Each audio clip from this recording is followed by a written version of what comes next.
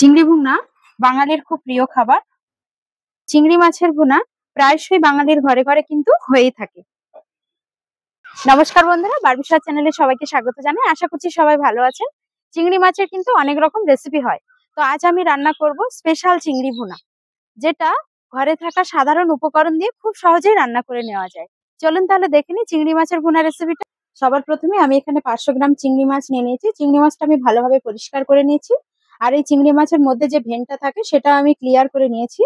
এর মধ্যে আমি দিয়ে দিচ্ছি হাফ চা চামচ পরিমাণ হলুদ গুঁড়ো, হাফ চা চামচ লবণ আর হাফ চা চামচ লঙ্কার গুঁড়ো। সমস্ত কিছু দেওয়ার পর আমি ভালোভাবে মিশিয়ে নিচ্ছি।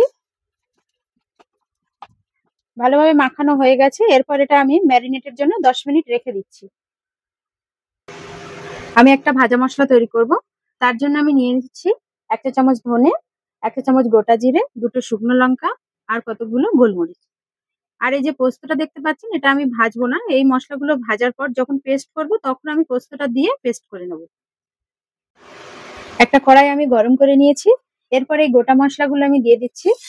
গ্যাসের ফ্লেমটা একদম লো রেখে গোটা মশলাগুলো আমি ভালোভাবে ভেজে নিচ্ছি।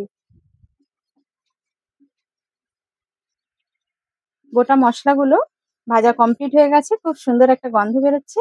এরপর আমি এটা ঠান্ডা করে এর সঙ্গে পোস্তটা অ্যাড করে তারপরে আমি এটা পেস্ট করে নিচ্ছি। এরপর একটা কড়াই গরম করে আমি 50 ml সরষের তেল দিয়ে দিলাম। এক এক করে চিংড়ি মাছগুলো আমি দিয়ে দিচ্ছি। মিনিট 2 আমি উল্টে পাল্টে চিংড়ি মাছগুলো ভেজে নিলাম। মাছটা বেশি ভাজার দরকার নেই, কারণ চিংড়ি মাছ বেশি ভাজলে একটা রবারি ভাব চলে আসে। হয়ে গেছে। এরপর আমি মাছগুলো তুলে নিচ্ছি। বাকি যে চিংড়ি মাছগুলো ছিল সেগুলো আমি ভাজার জন্য কড়াইতে দিয়ে দিচ্ছি।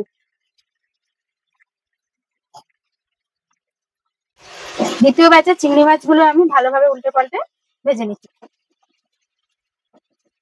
সমস্ত চিংড়ি মাছগুলো ভাজা কমপ্লিট হয়ে গেছে। এরপর আমি মাছগুলো তুলে রাখছি। বাকি তেলেই আমি রান্নাটা করব। তার জন্য আমি ফোড়নের জন্য দিয়ে দিচ্ছি কয়েকটা গোটা জিরা। গোটা জিরেগুলো ভালোভাবে নেড়ে চেড়ে আমি দিয়ে দিচ্ছি কুচিয়ে রাখা পেঁয়াজ। আমি এখানে 3টে মিডিয়াম সাইজের পেঁয়াজকে ভালোভাবে কুচিয়ে নিয়েছি। পেঁয়াজটা এইভাবে পাতলা পাতলা করে কাটলে তাড়াতাড়ি গলে যাবে। তো আমি এর মধ্যে দিয়ে দিচ্ছি সামান্য পরিমাণ লবণ। এর ফলে পেঁয়াজটা তাড়াতাড়ি ভাজা হবে। গ্যাসের ফ্লেম মিডিয়ামে রেখে 3 থেকে 4 মিনিট সময় ধরে পেঁয়াজটা হালকা লালচে কালার করে ভেজে নিয়েছি। এর মধ্যে আমি দিয়ে দিচ্ছি 1 চা চামচ আদা বাটা আর দিয়ে দিচ্ছি 2 চা চামচ রসুন বাটা। আদা ও রসুনের কাঁচা গন্ধটা চলে যাওয়া পর্যন্ত এটা আমি ভালোভাবে ভেজে নিচ্ছি। আদা ও রসুনটা খুব ভালোভাবে আমি কষিয়ে নিয়েছি। এরপর আমি দিয়ে দিচ্ছি টমেটো কুচি। এখানে আমি একটা বড় সাইজের টমেটো কুচিয়ে নিয়েছি। টমেটো কুচি দেওয়ার পর আমি আদা রসুন ও পেঁয়াজের সঙ্গে খুব ভালোভাবে কষিয়ে নিচ্ছি। টমেটোটা সুন্দরভাবে গলে গেছে। এছাড়া বাদ বাকি সমস্ত মশলা আমি খুব ভালোভাবে কষিয়ে নিয়েছি।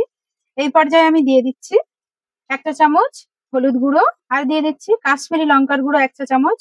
এর সঙ্গে আমি দিয়ে দিচ্ছি ভাজা মশলার সঙ্গে পোস্তর যে পেস্ট করে রেখেছিলাম সেই পেস্টটা। সমস্ত কিছু দেওয়ার পর আমি ভালোভাবে মিশিয়ে নিচ্ছি। এরপর আমি মিক্সিটা ধুয়ে সামান্য পরিমাণে একটু জল দিয়ে দিচ্ছি। জলটা দেওয়ার পর আমি সমস্ত মশলাগুলোকে মিনিট খানেক নেড়ে চেড়ে ভালোভাবে কষিয়ে নিচ্ছি। এই পর্যায়ে আমি অ্যাড করে দিচ্ছি হাফ কাপ ফ্যাটানো টক দই। তবে খেয়াল রাখতে হবে টক দইটা দেওয়ার সময় গ্যাসের ফ্লেমটা অবশ্যই লো রাখতে হবে। টক দইটা দেওয়ার পর সমস্ত মশলার সঙ্গে আমি ভালোভাবে মিশিয়ে নিচ্ছি। আমার চ্যানেলে নতুন বন্ধু হয়ে থাকলে চ্যানেলটা সাবস্ক্রাইব করার অনুরোধ রইল। পাশে থাকা বেল আইকন অবশ্যই প্রেস করে দেবেন, কারণ আমি চ্যানেলে যখনই কোনো নতুন রেসিপি শেয়ার করব নোটিফিকেশন আপনাদের কাছে পৌঁছে যাবে। টক দইটা দেওয়ার পর আমি ভালোভাবে কষিয়ে নিচ্ছি। মশলা যত ভালোভাবে কষানো হবে রান্নার স্বাদ ততটাই ভালো হবে। গ্যাসের ফ্লেমটাকে মিডিয়ামে রেখে 3 থেকে 4 মিনিট সময় ধরে আমি মশলাটা খুব সুন্দরভাবে কষিয়ে নিয়েছি। মশলা থেকে খুব সুন্দরভাবে তেল ছাড়তে শুরু করেছে আর মশলা একটা সুন্দর রং ধরেছে। এই পর্যায়ে আমি গ্রেভির জন্য দিয়ে দিচ্ছি গরম জল। আমি এখানে 1 কাপ গরম জল দিয়ে দিলাম। গরম জলটা দেওয়ার পর সমস্ত কিছুর সঙ্গে ভালোভাবে আমি মিশিয়ে নিচ্ছি। গরম জলটা দেওয়ার পর আমি ভালোভাবে সমস্ত কিছু মিশিয়ে নিলাম। এরপর আমি দিয়ে দিচ্ছি ঝোলের স্বাদ অনুযায়ী লবণ। লবণ আমি এর আগে মাছটা যখন ম্যারিনেট করেছিলাম তখনও লবণ দিয়েছিলাম। তারপরে যখন পেঁয়াজটা কষানোর সময়ও আমি সামান্য পরিমাণে লবণ দিয়েছিলাম। তো সবটা মাথায় রেখে আমি যতটা লবণ প্রয়োজন ঠিক ততটাই লবণ দিয়ে দিলাম। এরপর আমি ঝোলটা ফুটিয়ে নিচ্ছি 2 থেকে 3 মিনিট সময় ধরে ঢেকে দিয়ে। ঝোলটা সুন্দর ফুটতে শুরু করেছে, কত সুন্দর কালার এসেছে। এই পর্যায়ে আমি দিয়ে দিচ্ছি ভেজে রাখা চিংড়ি মাছগুলো। এর আমি ফ্লেভারের জন্য দিয়ে দিচ্ছি কয়েকটা কাঁচা লঙ্কা চেরা। সমস্ত কিছু ভালোভাবে মিশিয়ে নিয়ে গ্যাসের ফ্লেমটাকে একদম মিডিয়ামে করে দিয়ে 10 মিনিটের জন্য আমি এটা ঢাকা দিয়ে রান্না করে নিচ্ছি।